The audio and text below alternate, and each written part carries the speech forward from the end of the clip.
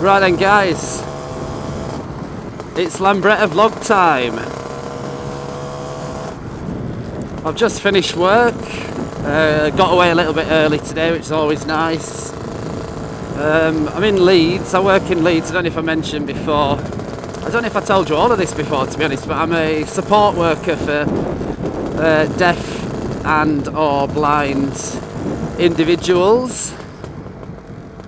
So that's what I do all day, sort of knock about with predominantly blind and partially sighted people, taking them to the shops and shit, or whatever they want to do really, like going and picking up the pensions and stuff like that. So that's what I've been doing. It's a really cool job, to be quite honest with you. I really enjoy it. I used to do it as a volunteer for a good like six or 8 months or so, and then a job sort of came up, so I applied and got it. So I'm really pleased with it. Things are going well, you get paid quite well, the hours are cool, quite flexible in some circumstances, as long as you sort of cover the hours that I'm contracted to do, and nobody really cares, you know, when you do them. Obviously, whenever it suits the client is whenever I need to be there, so it's really good. So that's it, so that's what I do all bloody day.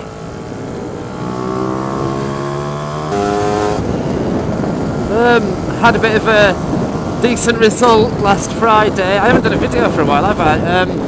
On Friday, just gone, I did my theory test for the bikes,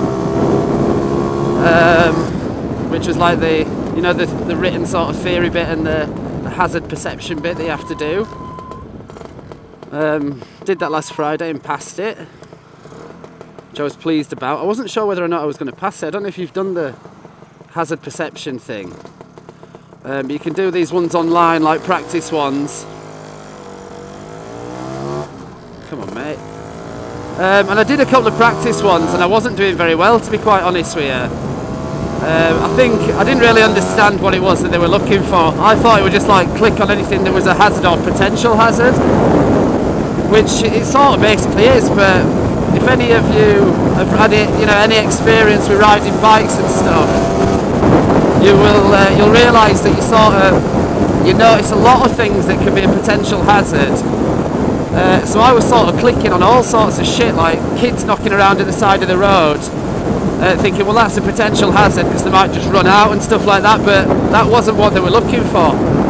On the first one that I did, I actually got like 35 out of 75, which were pretty annoying really, because I thought, well, if I was that unaware of potential hazards on the road, I'd probably be dead by now. But upon looking online and doing a few more practices, it were like the hazard that they're looking for. They give you like 14 clips, 14 clips in total. Each one has got one sort of major hazard in, and there's just one out of the 14 that's got 2 major hazards in. So things like kids knocking around at the side of the road, when you realise this thing that is one major hazard is obviously not going to be the major hazard, because if you watch the video, eventually there'll be like a car reversing out of a drive into your path and stuff, so that's obviously the hazard they want. So I thought, oh well, if that's it, then I've cracked it, I'll wait till the major hazard and give it a click. But that didn't work either, because they have like this point system, which is to do with the time that you click on the thing.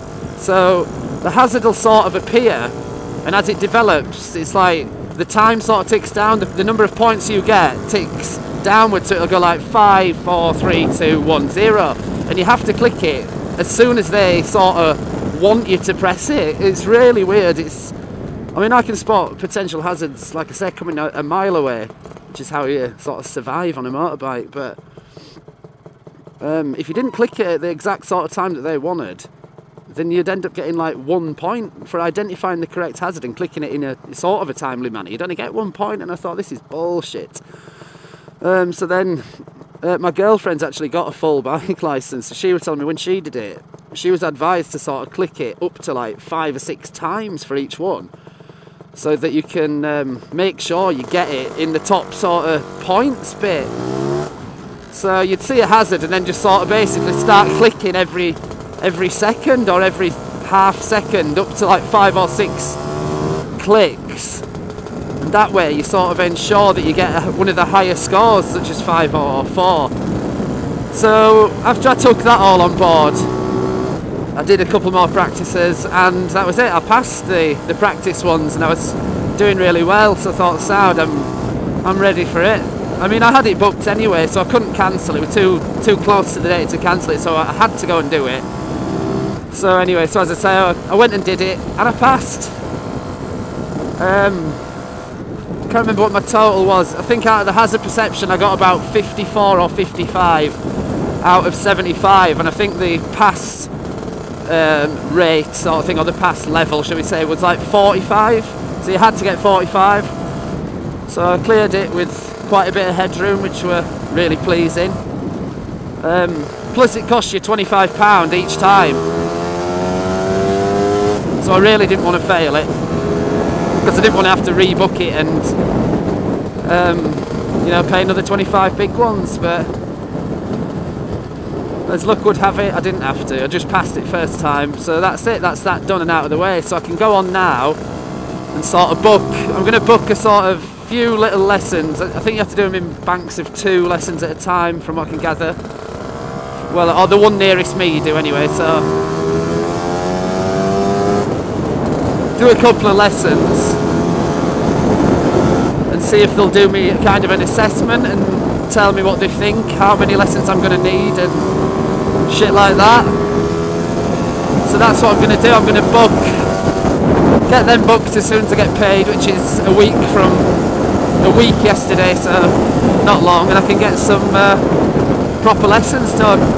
I mean, I'm not planning on buying a big bike or anything, but it's just for the sake of sort of taking off the L plates off this and being able to go on the motorway legally and carry a passenger if I have to and stuff. And it'll always give me the option to get a bigger bike, which I've never really fancied up until recently, and the idea sort of growing on me a bit now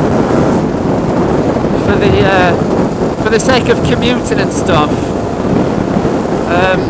And obviously when I've got a full licence I'll be able to go on the motorway, but I don't really want to go on the motorway to work on a morning on this, because the motorway is always sort of jam-packed and it'd basically be filtering 90% of the way to work. And on the motorway I think I'd prefer to be on something a bit bigger that sits a little bit higher up and it's a bit more visible than this, than just a matte black bloody little scooter coming up the middle of everyone. But we'll see. I know you can get, you know, you can buy quite a lot of motorbike for 500 or 600 quid these days. You can get, you know, you can get a lot of bike for your money compared to these bloody things.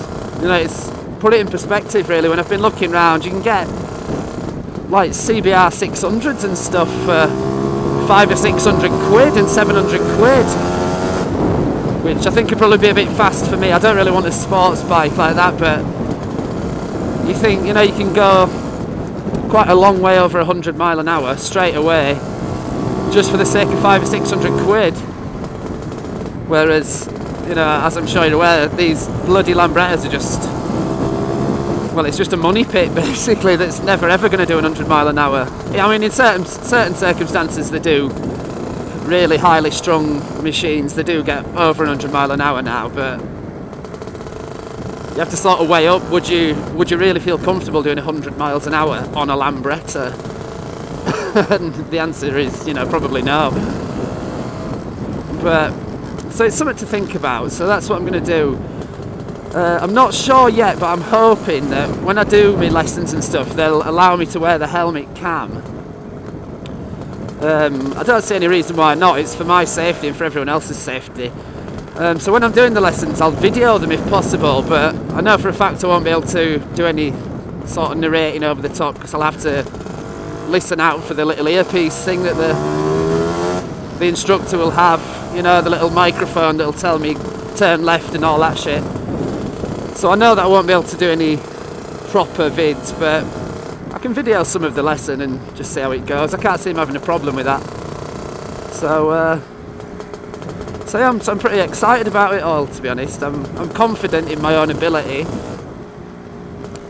and I don't think it'll take much to get used to riding a bigger bike, because I've ridden motorbikes all my life since I were, you know, I don't know, 11 or 12. I think my dad got us a little Honda Melody, little twist and go scooter thing to ride down the fields on and all that shit. We've had motorbikes all our lives, me and my brother, and I've actually had a go on a is it a Kawasaki Ninja? They call it a Ninja. I think it's a Kawasaki. I don't know much about big bikes, but I had to go on a friend's Ninja superbike thing up and down the road, and I've had to go on my dad's Honda VFR 750, like riding that around in a car park and stuff. So, and I didn't drop it or anything. I was able to ride it at low speeds and control it, and I felt safe, and you know, it should all be all right. So it's like I say, I'm looking forward to doing it,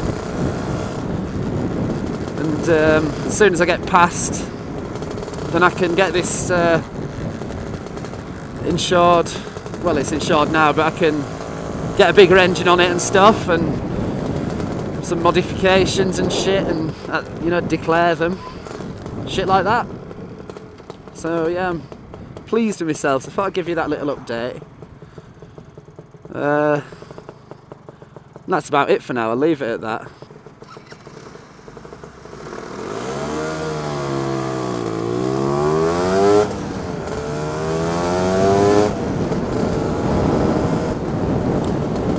Yeah, so that's it. I'm just going to follow this twist and go rider. So anyway, thanks for watching the vid. Subscribe if you like this kind of thing, and give it a thumbs up if you like that kind of thing, basically. Look, I'll just point this out. I don't know what it is, but I don't know why people have got this, like, not obsession, but seem determined to ride sort of in the gutter. I really can't see the benefit of riding in the position that this individual's riding at, to be honest.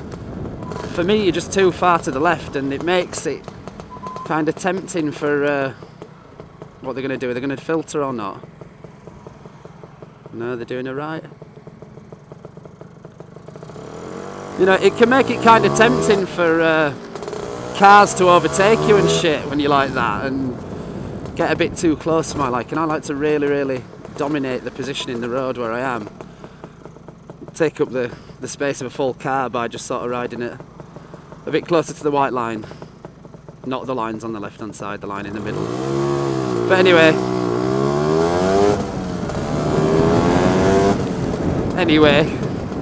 that's all I've got to say about that.